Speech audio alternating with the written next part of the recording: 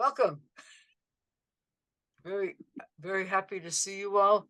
On behalf of the Israel Association of Writers in English, I'm very happy to be able to introduce our speaker of the evening, Stephen Horenstein, that you all know.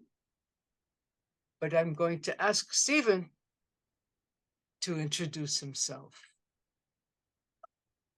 Stephen, welcome.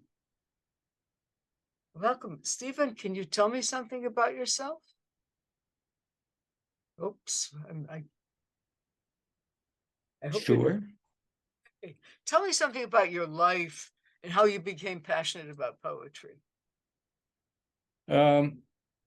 Okay, great. It's nice to see you all. Thank you for coming. I'm a musician by trade. Ever since age 7, I've been playing, and I happened into the world of poetry almost by accident. And I'll sort of give you a encapsulation of that. I was born, by the way, by the ocean, and that particular experience of living my first years in the ocean and hearing all that, I think affected a lot of what happened along the way. Ever since I was a child, I heard sounds of symphonies, sounds of people talking, sounds of the birds, not only in the environment around me, but in my imagination. And that's just what was happening. My father was a frustrated singer. He would sing Cab Calloway songs, Minnie the Moocher and things like that. And my mother was a classical pianist. And I grew up in a very kind of bourgeois environment, Marblehead, Massachusetts, but we always had a boat. So I envisioned myself as Ulysses at several points. As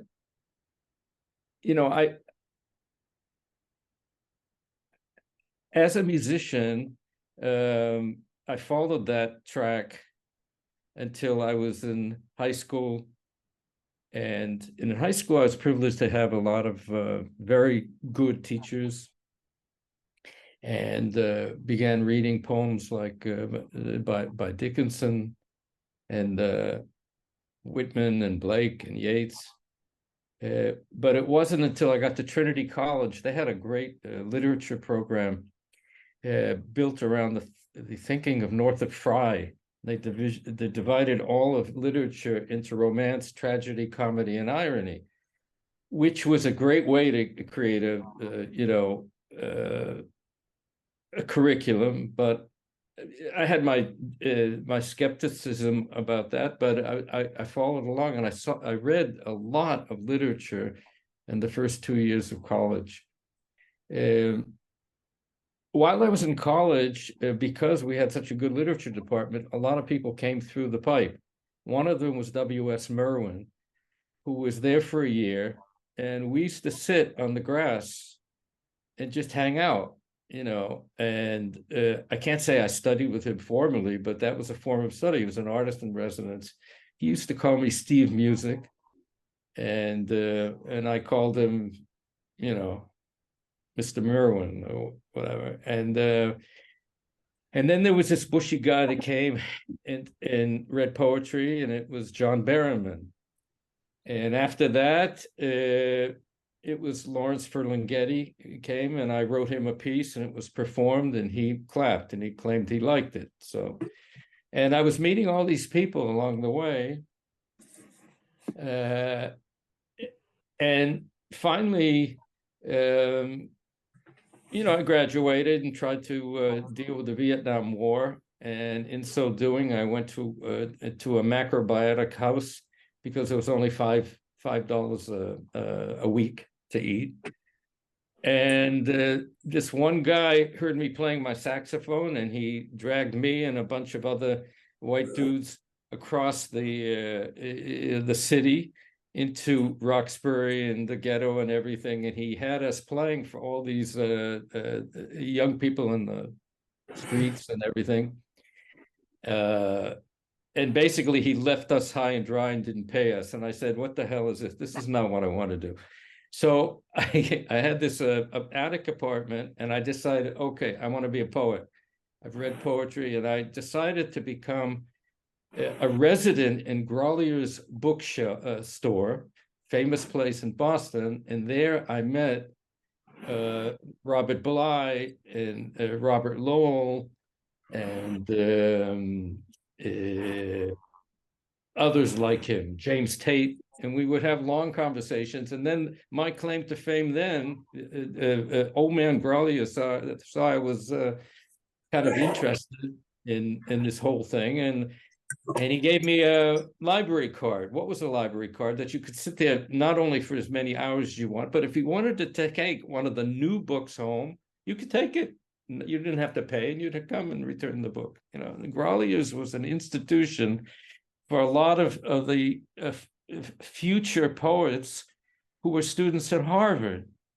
And they would, James Tate, for instance, he was a student of Harvard, and they'd come and schmooze. And I was just this guy, this schlemiel there, just sitting there. And I would practice my saxophone, but I really developed a love for poetry. Later on, I met my mentor in music, Bill Dixon, at Bennington College, and there were a lot of great poets, Ben Bellett and Stephen Sandy, and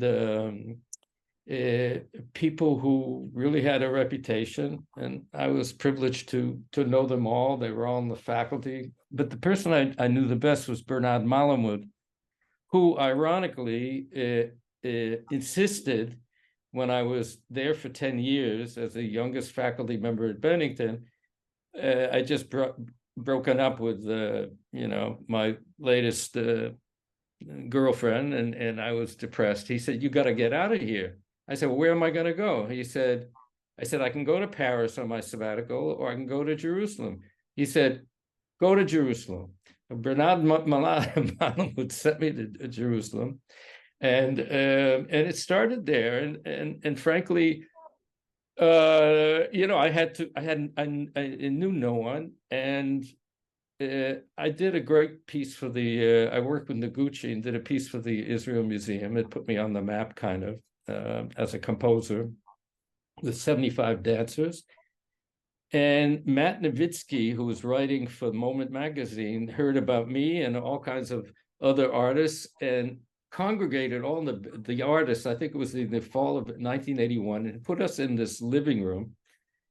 And there was this bushy guy with a little bushy beard and everything, sitting there with a kippah and everything. And he looked like he was interesting. He was sitting with a young woman, and well, that was Ed Kodesh in 1981, and he turned out to be a very close friend. And obviously, I learned a few things from him about poetry. And I mean, I did a sketch to an opera. I used the beginning of Voyage to Gaza, and we did a whole performance in the Israel Museum and everything. And so that friendship lasted many, many years and still exists.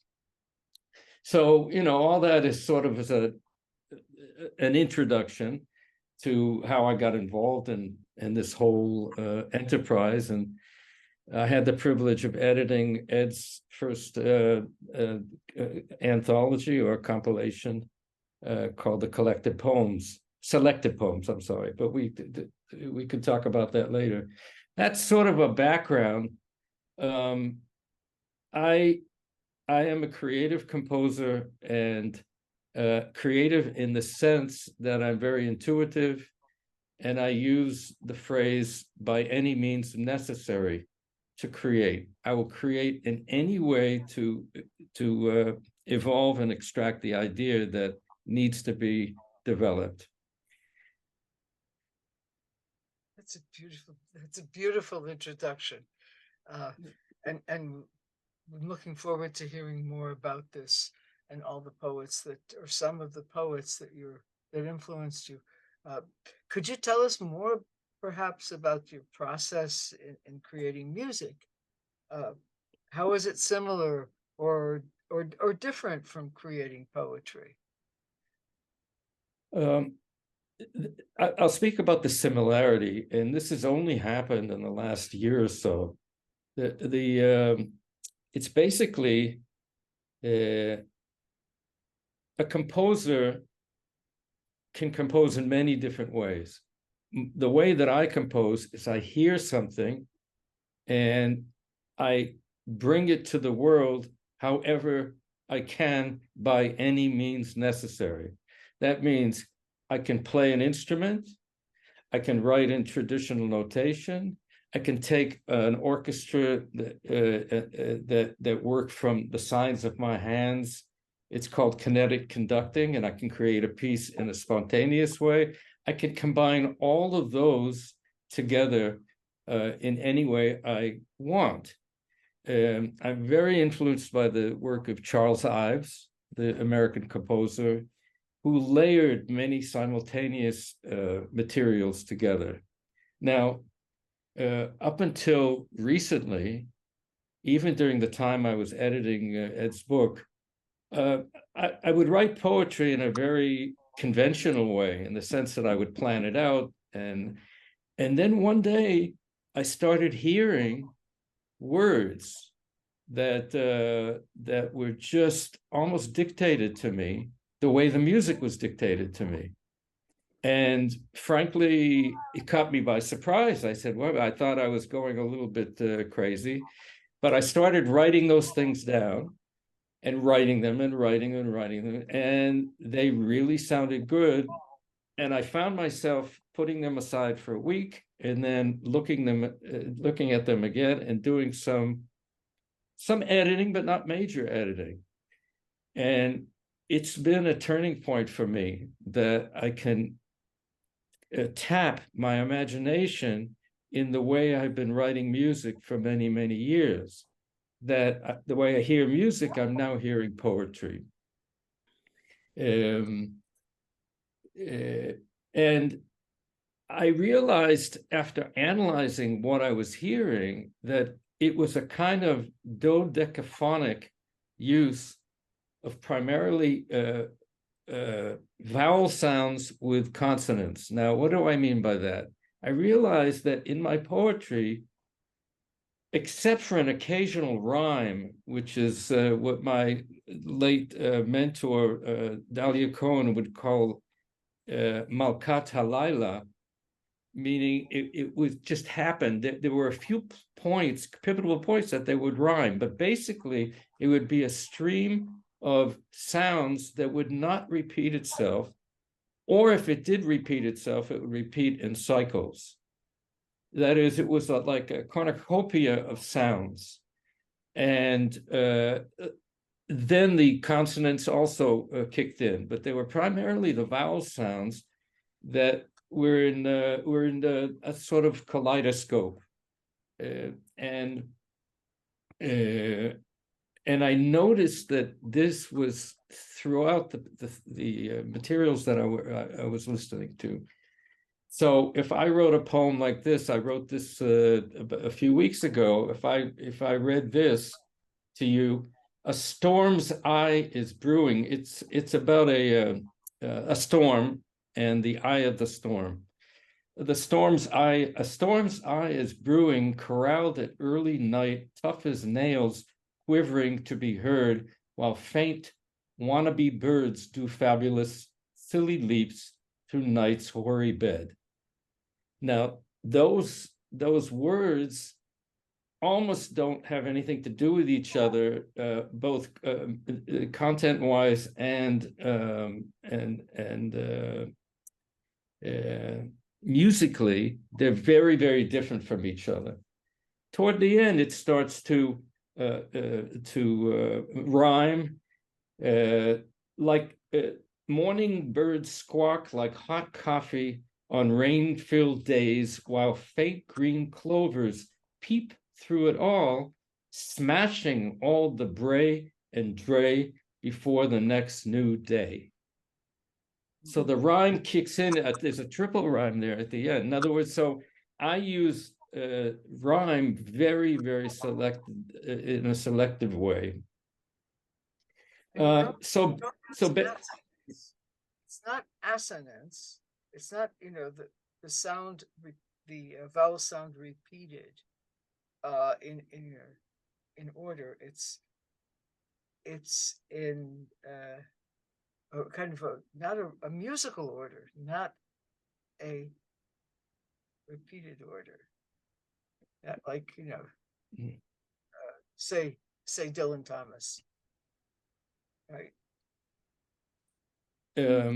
Right. We'll listen to him in a minute. But basically, my thesis, you know, I wrote a thesis, a doctoral thesis, and what I realized is that in these intuitive structures, in this intuitive music, there are inherent mathematical structures. I found that in my music, and I did a whole thesis on that, showing how there was a mathematical perfection in this intuitive way of composing, which was, for me, a fabulous discovery. So for me, the sound energizes the word, the meaning of the word. And this is no different than William Carlos Williams and our great poets. In other words, it energizes, it enhances, and it's something that you can't put your finger on. You can't say, well, in the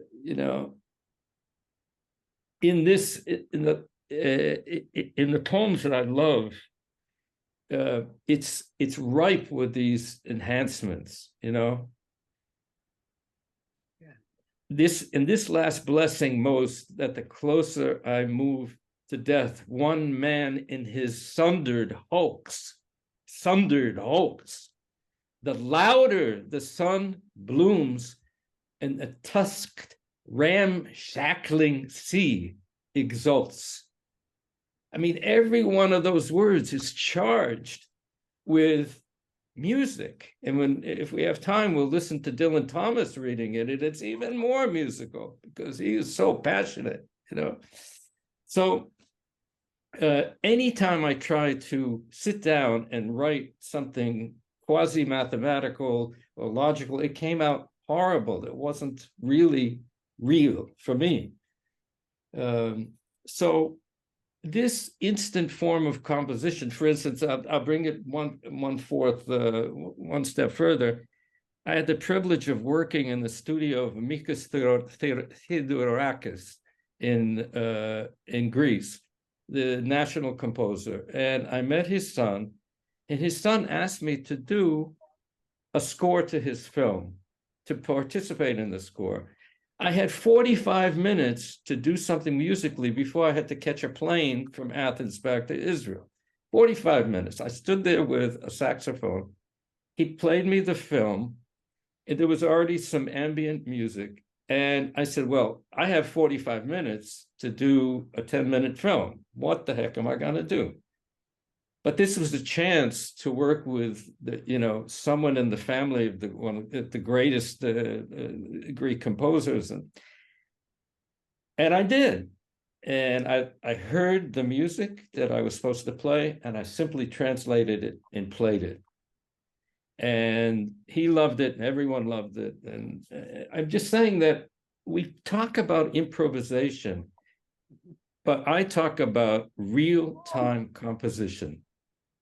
And that's what brings the meat to me. It's what if you're a vegetarian, it's what brings the hummus to me. It's that kind of process.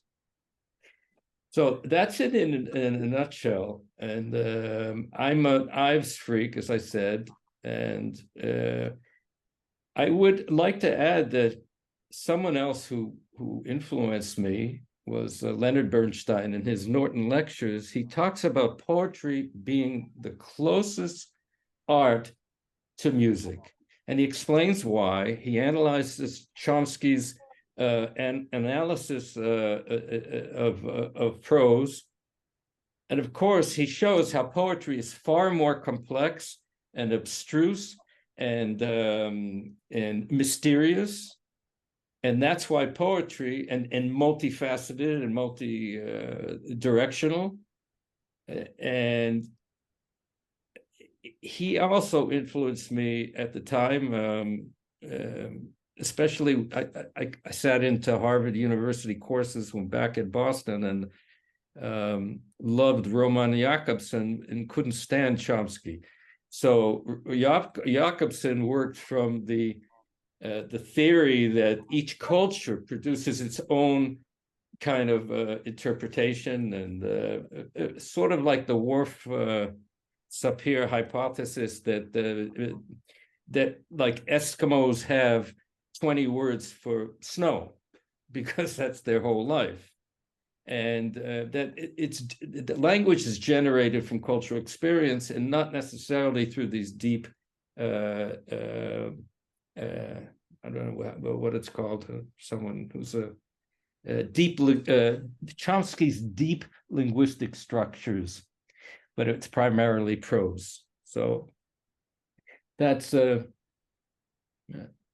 So those are the musicians, and the philosophers are the linguists who influence you. What about the poets?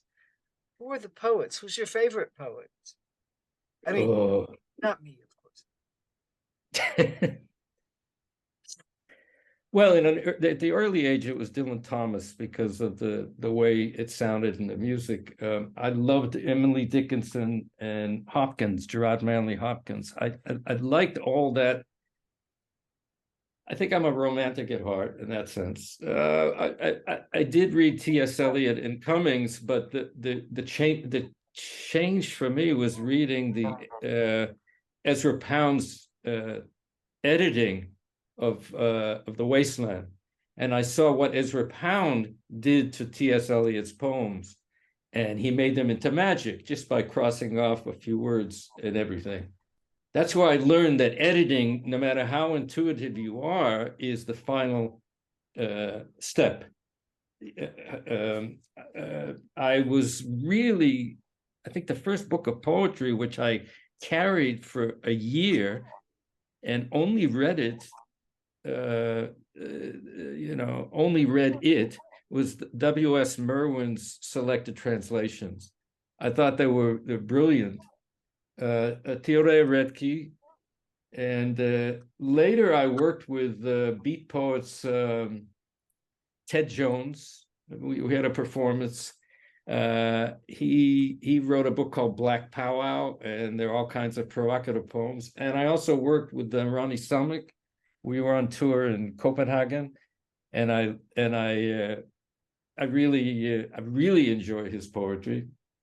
Now, in most recent years, it's been William Carlos Williams, Patterson, now the second time in running, and of course Ed Kodish, whose poetry opened up worlds for me, and who was a teacher for, a sort of Alkalay-Gut, behind the scenes, and just by editing the book, I think I learned about the wonders of free verse, which sounded great because I play free music or free improvisation. So free verse was natural to me, and if that makes any sense. So these, in your opinion, how much are the basic elements of music that you're talking about, sound, rhythm, melody, harmony, orchestration, texture, timbre, and form, important or not important to poetry, to these poets? Well, the first two are obvious: sound and rhythm. Sound and rhythm are common. Texture and timbre are also very important because they're the most elusive to define. Texture can be defined in many ways. It can be defined as a density, the number of impulses in any one group of seconds. It can be defined as how high and low the sound is. There are many ways of defining, and timbre is even more complex or more abstruse because it has to do with color. And again, it can't be categorized as readily as rhythm, for instance. I resonate with The Shape of Content by Ben Shahn, who says you start creating, you create and create, and when you finish, there's a form. I mean, it's simplistic, right? That's easy to say, but that's kind of how I work. And as I mentioned, in my own work, in my music, I have discovered intricate mathematical structures. My thesis advisor pointed it out. She said, you have cycles of 3 seconds, 12 seconds, 24 seconds.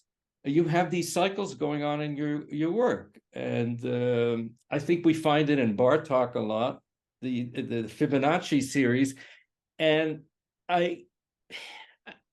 I'm almost sure that he planned it, but how could he plan such a difficult Fibonacci series? And he did it through the durations. I can't believe that it was totally not spontaneous, but that's another argument. We live in the age of saturation, where we're hearing more music in 3 minutes than Bach heard in a lifetime. Think about it. We're saturated with sounds, and this, I think, has influenced my whole approach, which I've emphasized, of layering different elements simultaneously. This is your term, supersaturation. It's what you call Supersaturation is the next question. Is the next point. Yeah, this is the segue to supersaturation, which was also part of my doctorate. I showed empirically that when a texture, when a layered texture, many layers that can be defined as blocks of information, convalesce into one big melange. It's sort of like the saturation of a liquid when you pour in salt and sugar. There's some point in which the liquid can no longer hold the material, and then all of it collapses, or I had a great physics teacher in high school who, I mean, that was the image that stayed with me my whole life. I showed that at that juncture of a texture becoming convoluted and turning into a timbre, there was an effect on the perception of time. And that I proved empirically. Now, there was something about the amount of information going to the brain, which slowed the perception of time. And that I use in my music. I use those principles in my music to this day. Now I'm starting to use it in the poetic expression, intuitively. Basically, to be banal, when you're bored, is there more or less information going to the brain? You would say, oh, less, because you're bored, but it's just the opposite. You are bored because you have an overload of information to the brain, and you're looking up at the ceiling and little pips and squeaks, things that you didn't see. So there's a whole information theory. I mean, I just sort of just a sort of aside. I compose with the motto, by any means necessary. Whatever I need to bring the idea out, I will use in terms of the techniques. And now that's applying to my poetry, which is a fabulous adventure for me, because there's no holes barred. If I hear something, I said, well, there must be a reason I'm hearing that. No. wow. Now, what about marketing? Let's go on to Yeah. Okay, marketing. I'll say it in one phrase. My Yes. teacher, Bill Dixon, was a genius. And he said to me one phrase. He said, listen,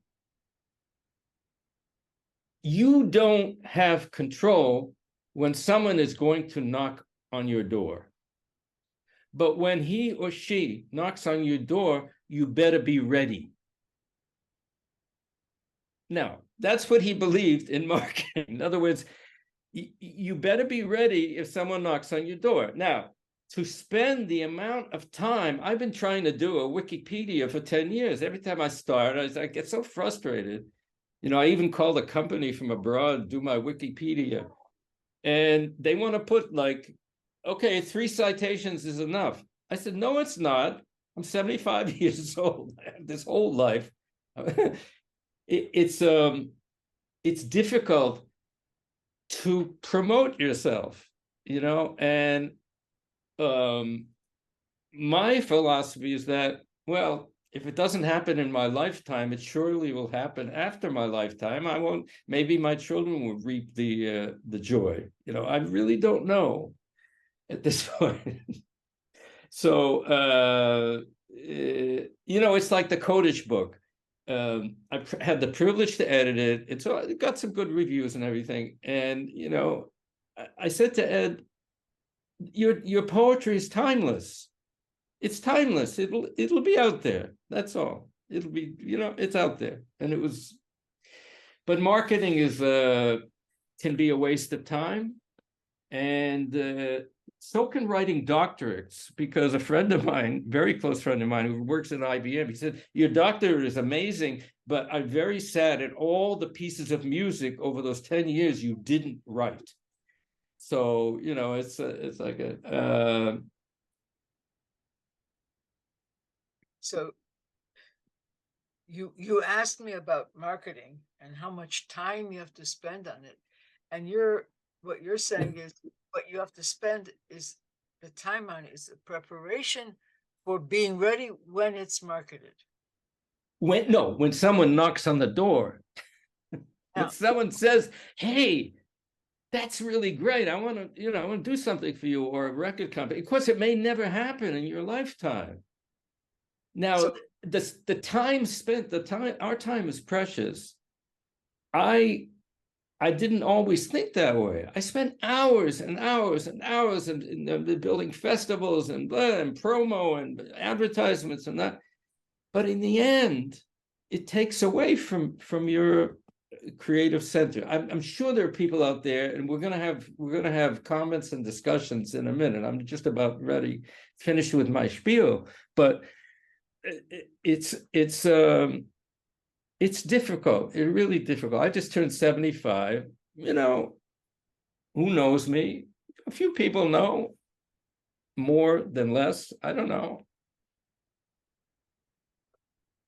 but So, summing up, if I were to give advice to creative, young, or mature creatives, I would say, one, take a chance.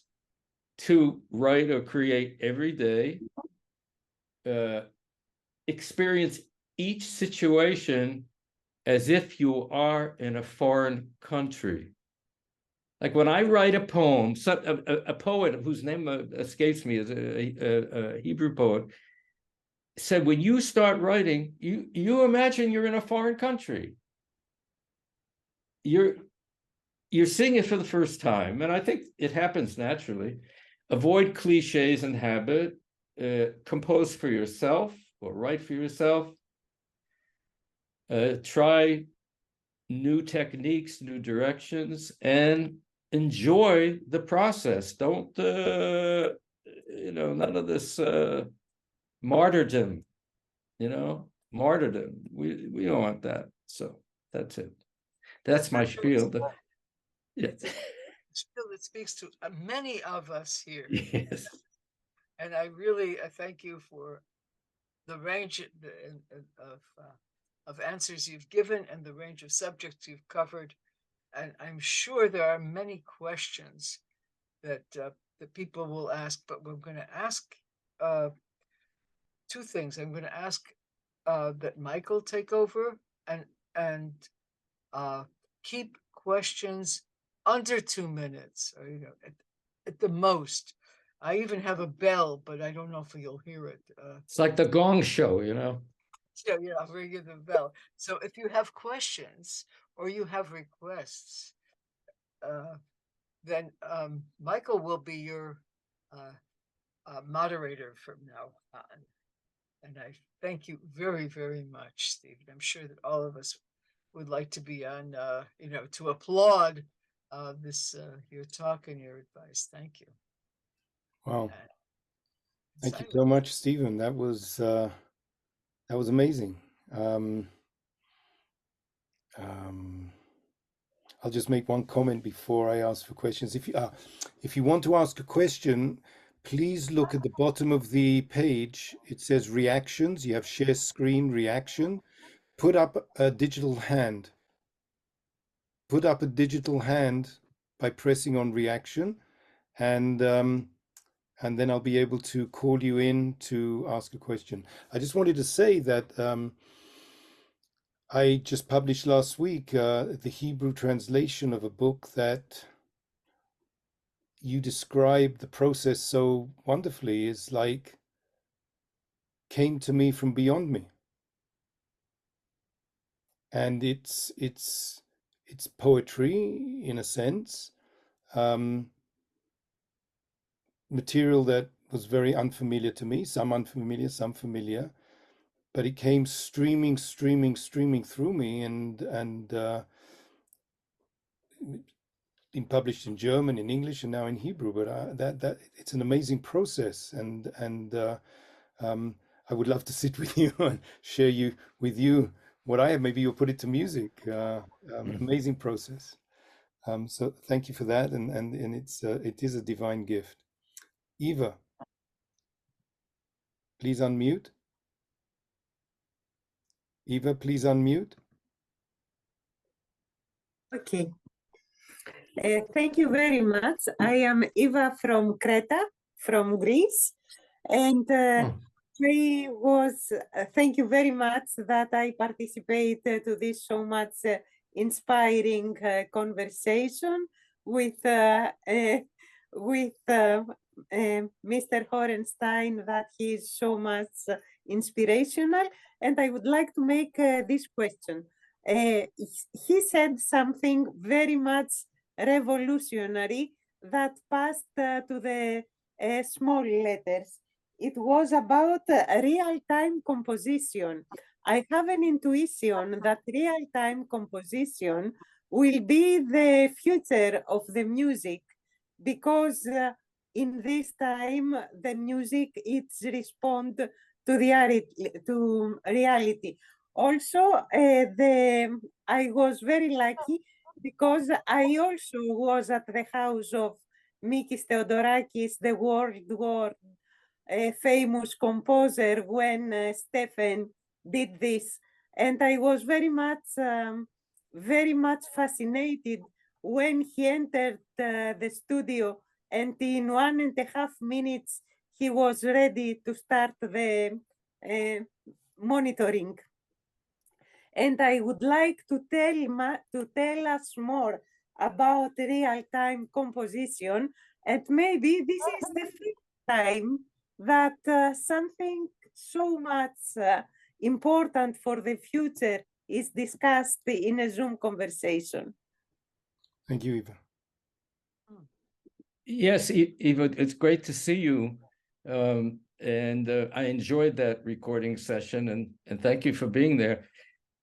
I am following closely, and I also read Kurzweil's book about the age of singularity, of the dangers of AI.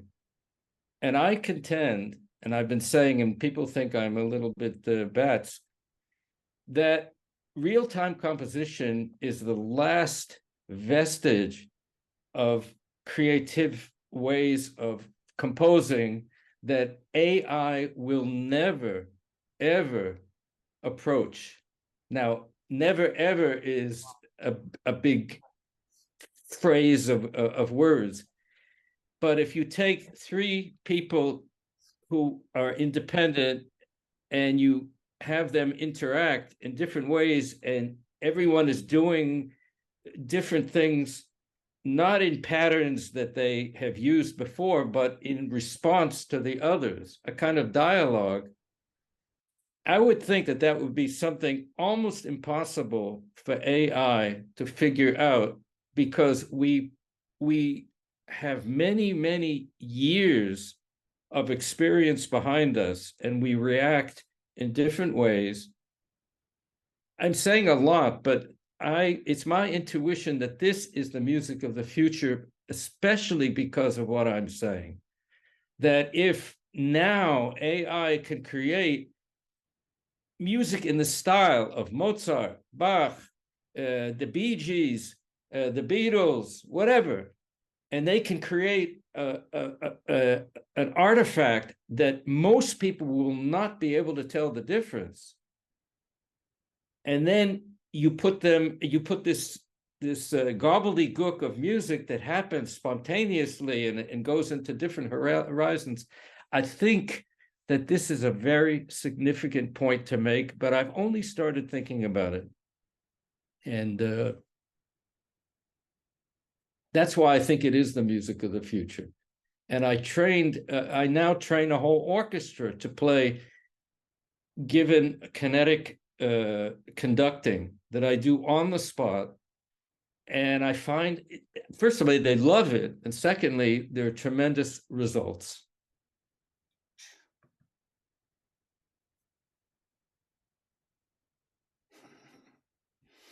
Thank you for that question. Anyone else?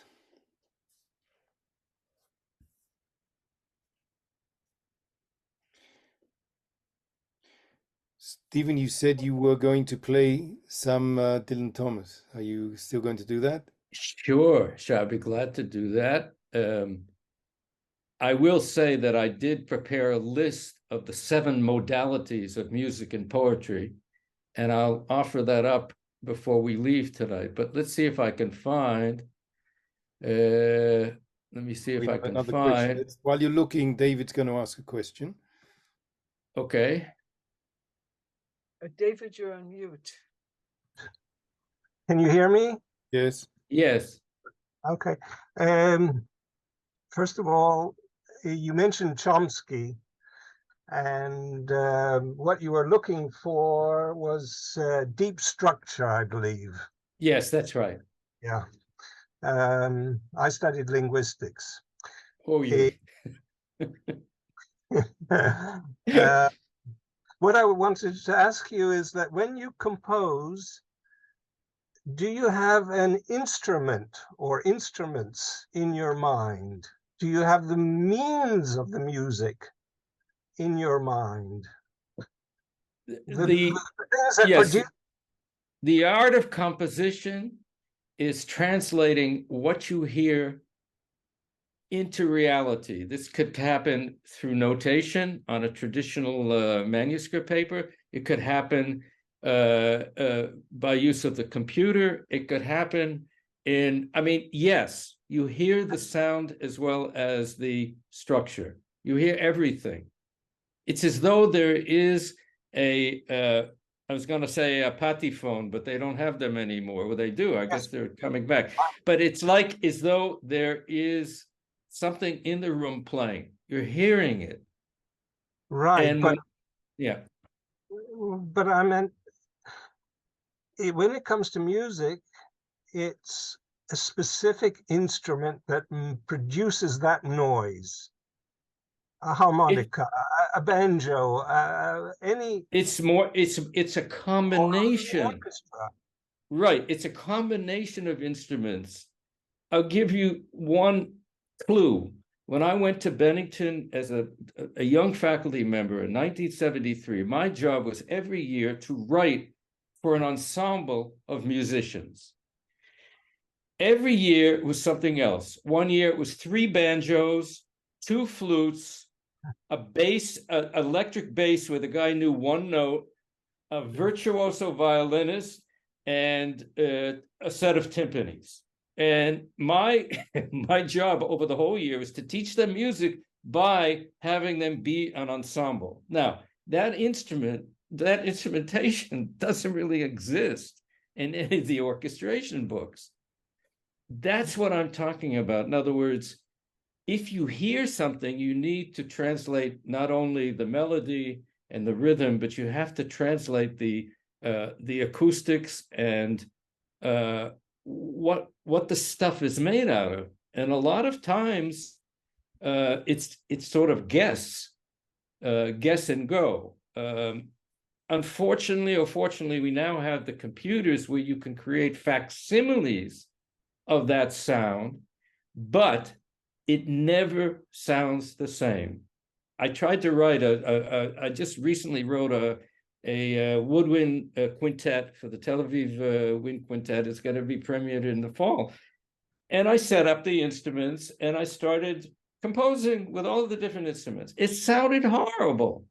It sounded horrible. And I said, I'm not doing this anymore. I put the computer aside and I started to just monitor what I was hearing in my inner ear. And those are traditional instruments, you know, although the bassoon can be less traditional, you know, and in funny ways. But does that answer your question? Well, to some extent. I'm about as far away from music as anybody can get. I like to hear it. I can't remember it. I can't play any instrument. But you're singing music now. Listen how your voice is going up and down and up and down. We're always evoking music. As you're speaking, I'm hearing the music. Well, I'll just say that I share one thing else with you is that we lived in Brookline. Oh, and it's okay, David. Thank you. Marblehead. We did go to Marblehead. We didn't know you lived there. We have a question from Judith. My own stopping grounds. That's wonderful. Oh, we'll have to go over some notes and everything. Yeah, I grew up there. Thank you. Oh, 1 minute. Judith. Well, it's not absolutely necessary, but since I may be the only official musician here, I wanted to take this opportunity, first of all, to tell you that I've heard several of your pieces, maybe not as many as I should have, and some of them I really, really loved. I can remember Hadran for the orchestra. I think that was amazing. Oh yes, you're talking about my work. Yes. Work? She's talking about your work, Steve. I thought you were talking about Charles Ives or something. No, yeah, no. Okay. Well, I could talk about Charles Ives too, and there are many pieces by Charles Ives that I love. Yes. But I'm talking about your works. Yes, thank you. Well, there is a quintet. There's a wind quintet. Yes, the Tel Aviv Wind Quintet. There, exactly. I've written three. Also was an amazing experience. Thank you. So there are a number of pieces I heard in different settings, and well, I heard many modern pieces because I was on committees of hiring composers for many years, and I really heard a lot. And you know, I mean, some of your pieces I just found they are very close to me. I also wanted to ask you if it's sort of a funny question. I do hear in your music ideas that come from some of the leading composers of the late 20th century. I'm thinking of Xenakis, I'm thinking of Ligeti. Who else? But sometimes even Nono. Kurtag, not that much. Ligeti with all this chaotic, some of his artworks, Kyrie of the Requiem. Of course, it's very different. The Kyrie, the Kyrie of the Requiem was part of my thesis. on the perception of time. I used his Requiem, and Ligeti is one of, I didn't mention his name, is one of the whole Hungarian school. I mean, I was very, very, very close to Andrei Haidú, the late Andrei Haidú. He was a close friend, and me too. He was a very good friend of mine. Right, and I knew the whole family, and Ruth and everything. And he guided me in my first years, and I didn't mention his name, and I should have. Yeah, he was really, and he brought me to Yahadut and all that. But Andrei, that's how I know Kurtag's music, but thank you very much. I went the other way. I knew Kurtag first, and then he introduced me to Andrei. But it's very interesting that you mentioned the Requiem, but also there are things in the Grand Macabre. I wanted to say that there is a Ligeti conference going on right now, and in principle I should be there.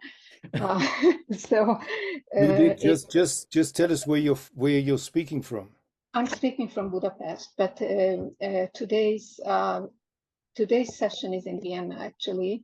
2 days are in Vienna, and then tomorrow and on Shabbat it will be in Budapest. So I'm talking about Budapest. There's an amazing exhibit now on Ligeti in Budapest. But so I hear a lot of this, and in all the funny ways, you know, the way Xenakis is dealing with the rhythm and with the setup of the.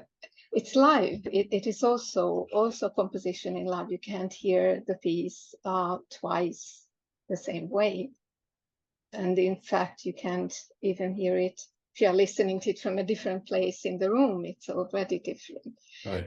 So it is in the air, and I just wanted to ask you. I mean, the Requiem you answered, but I ask you how you see your place in that particular context. I think it's using texture to the extremes to affect the perception of time, and that's what intrigues me. And it certainly was in Ligeti. Also, I worked with his son, Lucas, right? Lucas, we played several. He's a nice guy, and we played several times. He told me a lot of stories, and let's put it this way. I'll just say there's an analogy. Why do Van Gogh's paintings look so vibrant? Does anyone know? This is a factoid that most people do not know. Well, do people like Van Gogh's paintings by and large, or did someone hate them? We know that some of the paintings were repainted. No, the reason they come alive on the canvas is because Van Gogh made a mistake. He put the varnish too soon. If you take a toothpick and you go to any, if the guards don't see you, and you go up to a painting and you point the toothpick, you put the toothpick in, the paintings are still wet. They're still wet underneath. The Van Gogh paintings are still wet because he put the varnish too soon, and the paint did not dry. So I think the music that these composers you mentioned sound alive. They sound, there's something organic about the music. That's all I can say. Even with orchestras and performers, he had the knack of putting that kind of. I agree. So did Haidú. So did a lot of. I think the whole Hungarian school, or or you listen to Bartók's string quartets. They're just like, it sounds like they were written today. And anyways. So I think as poets. We have the same challenge of how to make our poetry stay alive. And it seems to me that when a poem is printed and then somebody reads it in their minds, right, with their eyes and reads in the minds, I don't know if it can come alive enough. And when you have a performance of a poem, it's never the same twice. It's never read twice the same way. It has this aliveness about it. But I think it's a huge challenge that we face, not just, musicians is maybe easier. Poetry, I think, is more difficult to keep poetry alive. But Karen. Yeah, thanks. Thank you, Judith. Thank you so much. That was amazing question. How Thank often you. do we get two experts of this caliber on a program? I mean, that's thank you so much. Thank you very much. And you pointed out something that is really different between poetry and music, because poetry is so solitary. It goes through your body. It goes through, it doesn't have, you're not composing for an orchestra. You're not composing for an instrument, for someone else to recite. You're composing from yourself. Now, it comes alive when someone else comes out. It comes alive in a different way when someone else reads it, but it's on the page. When you read, for example, Ed Kardash's poetry, and I highly recommend the book that Steve edited. It's alive. You read it, but it goes through your body. But you recompose it when you read it.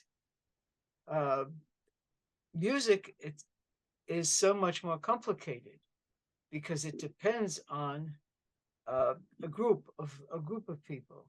It depends on who you're writing for, the orchestra. Most poets, I think, write for themselves or write thinking no one else is going to read them ever. And they're usually right. So can you connect the two? Can you connect that aspect of poetry and music, or do you see it differently? I have two responses.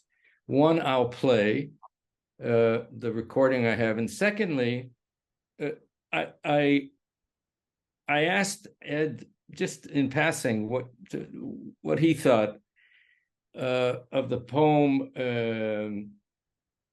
Let's see, which poem was he speaking about?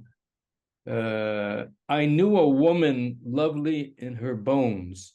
When small birds sighed, she would sigh back at them. Ah, when she moved more ways than one. The shapes a bright container can contain of her choice of her choice virtues only gods should speak, or English poets who grew up on Greek. I'd have them sing in chorus, cheek to cheek. And he says that's a poem that almost has a soundtrack. As you read the poem, there's a beautiful, complex music playing along with the words, and there's a sense that the sound works in poetry the way music works, let's say, in movies. And then he added this phrase: "Music in a movie makes you awake. The monster is coming, or lovers finally have kissed." Now, I think that's simplifying it, but I think there is something for describing music and creating an ambient layer of these different sounds that are happening. The second example would be, and maybe what I'll do, just play this. Okay, let's see. Okay, and this is what I waited to do the whole night. Okay, so wait a minute. Now listen to this music. In the mustard seed sun, by full tilt river and switchback sea where the cormorants scud, in his house on stilts high among beaks and palavers of birds, This sand-grain day in the bent bay's grave, he celebrates and spurns his driftward 35th wind-turned age. Heron, spire, and spear. Under and round him go flounders, gulls, on their cold, dying trails, doing what they are told. Curlews aloud in the congered waves work at their ways to death. And the rhymer in the long-tongued room who tolls his birthday bell toils towards the ambush of his wound. And then this final ending, wait a minute. I don't think here, this is what I wanted to play.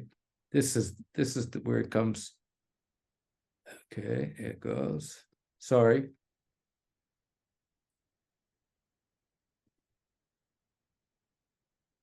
Here.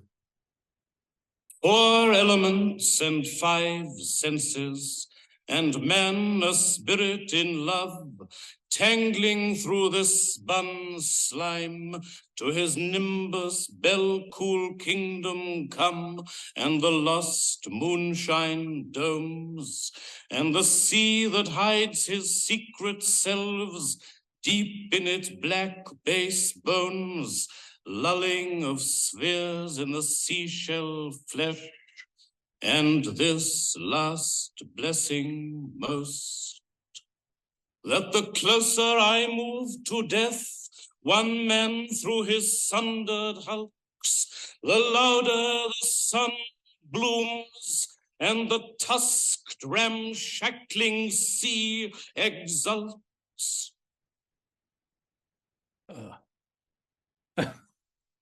Okay. Stephen, may I say something? Firstly, I think that your presentation, your lecture has been absolutely fascinating. I've always been very much a language person. As I grow older, I think things are beginning to change a little bit in me. I mean, that Dylan Thomas was absolutely amazing. I mean, his writing is absolutely superb. But I've been sitting here listening to you. I didn't know you before, and I've got a page full of words and notes, which I shall have to go through very carefully and find out a lot of things that I don't know. But a couple of things, as I say, as I grow older, and I am growing older, and I'm certainly not young at this stage, there are a couple of things that have become very meaningful to me in my writing. One is mathematics. And I've suddenly discovered that I'm not the only person, and not only Lewis Carroll, who thinks that mathematics is important in writing. The other thing is that I've become very much involved in bird song. And I've been trying to understand the birds. I will never understand them because they speak a completely different language. And I am not King Solomon, who actually spoke the language of the birds, as is pointed out in the Quran. But I listen to them every morning, and they have moved me very much indeed. And only a couple of weeks ago, I discovered a composer I'd never heard before, and he also was involved with bird song. Messiaen. Yeah, that's right. Yeah. So that's all I have to say, but I want to thank you very much. And I think that you've started me in another direction here. And I would like to thank you for that. Thank you. I just have one response. I'm crazy about birds, and someone gave me an app where you can hold the phone and it tells you what the bird is from the song. Yes. Right? And all I was getting... I have an app that tells you what they're saying.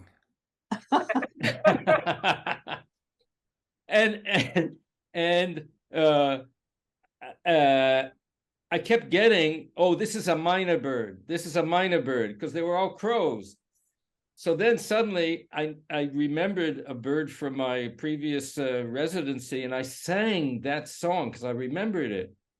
The app was paused and it said, "You can't fool me, you're a human being." That's great. Thank you. Yes. Anyway, thanks once again. Thank you for the birds. Yes. Could you just put into the chat the link to the Dylan Thomas? Do that easily, or if it's I don't have the link. I just have the what I did is I took the YouTube. Just go poem on your his birthday to YouTube and you get it. But I can certainly. I don't have a link, but it's a very okay. Let's see. It doesn't take too much time. Let me just see how big it is.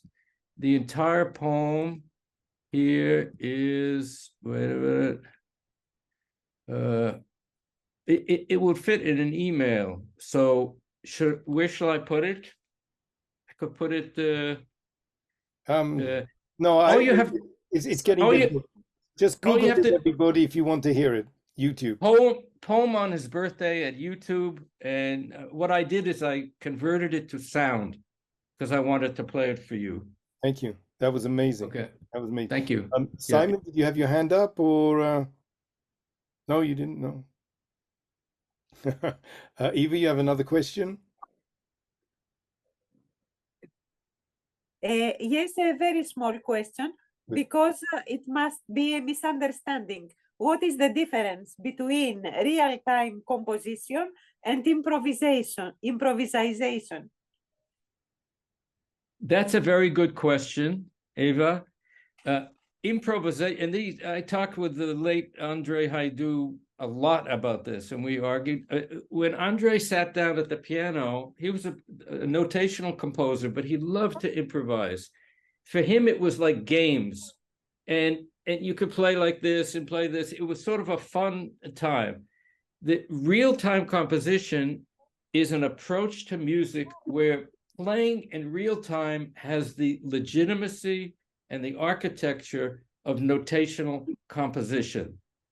Improvisation is generally creating structures out of previously played or conceived patterns, whether it's in the style of bebop, of Charlie Parker, if it's a style of Stan Getz or Lester Young, or all those, or John Coltrane. People play in the style of. It's very much stylized. Real-time composition is simply doing something new, spontaneously, with its own structure and its own raison d'etre. Does that make any sense, what I said?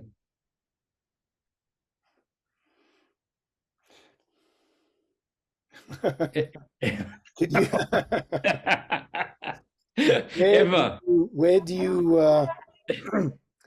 you suggest we turn to experience that now? I mean, if after we finish now, if people want to go and experience that, can you recommend a YouTube, your work? Well, yeah, you can go to Spotify at my, you can hear a lot of pieces that were done spontaneously on the spot, but you couldn't tell that they weren't notated.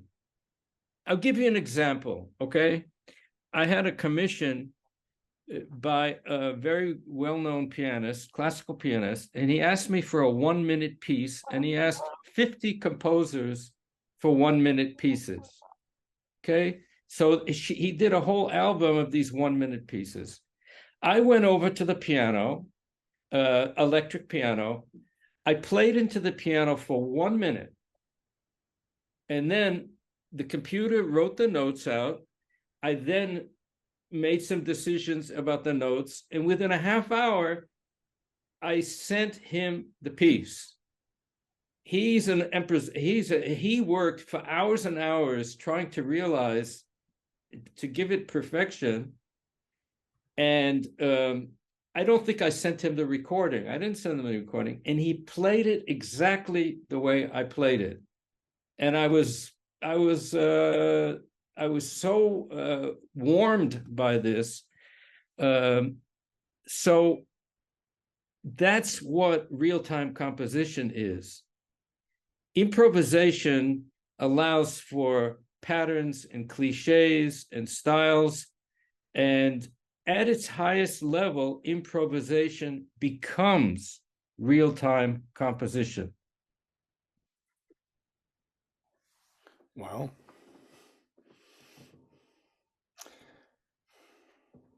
I'm actually in a little bit of a bind here because we've been going for an hour and 10 minutes, and I don't want it to stop.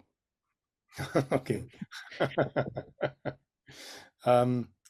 So I promised Stephen that we wouldn't take up too much of his time, and so it has to come from the composer in this case. So I think that we should now consider asking the composer if he has more time. I certainly have more time if there are questions. So here is a question from Rai. Is it Rai? Please Yes, unmute. it's Raquel. Raquel. Okay. So just a segue to what you just said. 1 minute. Thank you very much for your lecture. It brings back so many ideas of the first mathematical book that I wrote by Yates, and I never understood it. It was many years ago. I should reread it, and a lot of things that should connect us to poetry. The 1 minute composition that you just talked about, was it stemmed from your feelings or from the desire to answer the request? That's one. That's a question. Because what bothers me, what interests me is the connection, the synergy between poetry and music, which I love very much. Karen said something very interesting. She said, you have to decomposing, and it was a wonderful word she chose. She meant composing and not composing, I think. But it is so important to decompose what you hear to make it your own. You hear Mozart, you find Mozart, but it somehow gets to composing something within yourself. The other thing that I think Michael said, which was very interesting, to get everything together, that something flows within you without thinking, that the words come somehow, and it's an integral part of the work, without, banging your head on all those ideas that you're supposed to be doing in order to create a composition. I loved opera because I thought that opera is the conglomeration of feelings, music, all the things that will make you feel. So poetry, if I read a little poem, I would like to feel. How do you do that?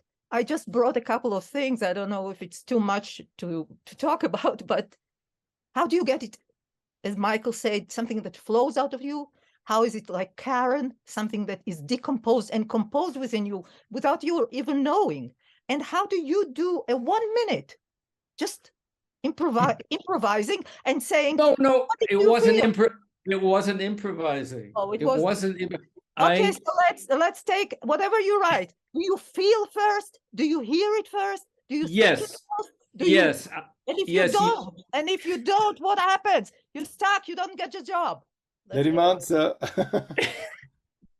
When I sat at the piano ready to do this piece, I heard multi-layers. I heard different melodies conversing, like the birds. I heard high, middle, low. I heard one instrument sounding like many. That's what I heard. I sat at the piano. I have been trained as a pianist, and I started playing, and the melodies, the fragments dialogued with each other. And over a minute, if you heard that minute and you were asked how long was that piece of music, you would have said 2 or 2.5 minutes. according to my theory of perception of time. In other words, I put into that 1 minute the kind of material, but I heard it. Whatever I did, it wasn't that I played the piano from things that I knew. I heard it, I played it. For me, it was a done composition. It took him weeks to learn how to play it. And he kept sending it back. He said, "Is this what you want? Is this I interpreted it this way." I kept saying to him, "It's perfect. It's perfect. It's great. It's great." Not to discourage him. And it's all on an album. His last name is Yodin. The music is all over the place. He asked the 50 of the greatest Israeli composers, not that I was one of them, I was sort of a second thought, but he asked 50 composers to write 1 minute pieces. None of them sounded like mine, which thank goodness. Anyways. Thank you very much. That was a great question. I think it's time to wrap up. Karen, would you do the honors, please? Take off mute. I know that everyone here has found this evening fascinating, challenging, and encouraging in many ways, because what you're encouraging is the expression of self and the discovery of mathematics within the self. And I think that the order within the self, as well as the music of the self. I'm talking because I assume that most everyone here is a poet and not a musician. And what they're taking from you is the music for poetry. And I think that this is going to be a revolutionary for many people. I cannot thank you enough, Stephen, for enlightening us on the subject, and for bringing my favorite poets and my favorite linguists, and just making our evenings so wonderful, and making us forget the reality of the world. Can I just ask, Stephen, where are you speaking from? That background is amazing. No, these are all the books that I've read over the last week. And these are the books that I've read over the last week, and I'm going to replace them with others. So the next time, no. You live in a library? You're going to return them to the library, right? Okay. No, this is my own life. Anyways, I found this I don't know, this picture on the internet. I made it my background. I think it's good because it's brilliant. Yes. And it suits you. I too want to thank you very much, Stephen. You're a neighbor. You live just up the road from me, and I think I'll make a point of listening to more of your music and compositions and poetry. So I too thank you very, very, very much. Thank you for your mastery. Thank you. Thank you for all the layers. One thing more, if you missed a phrase or something here, look for it in a couple of weeks, because on the Israel Association of Writers and English YouTube channel, IUW, we put it up as soon as we take out the dirty words. Thank you so much. Thank you. Thank you.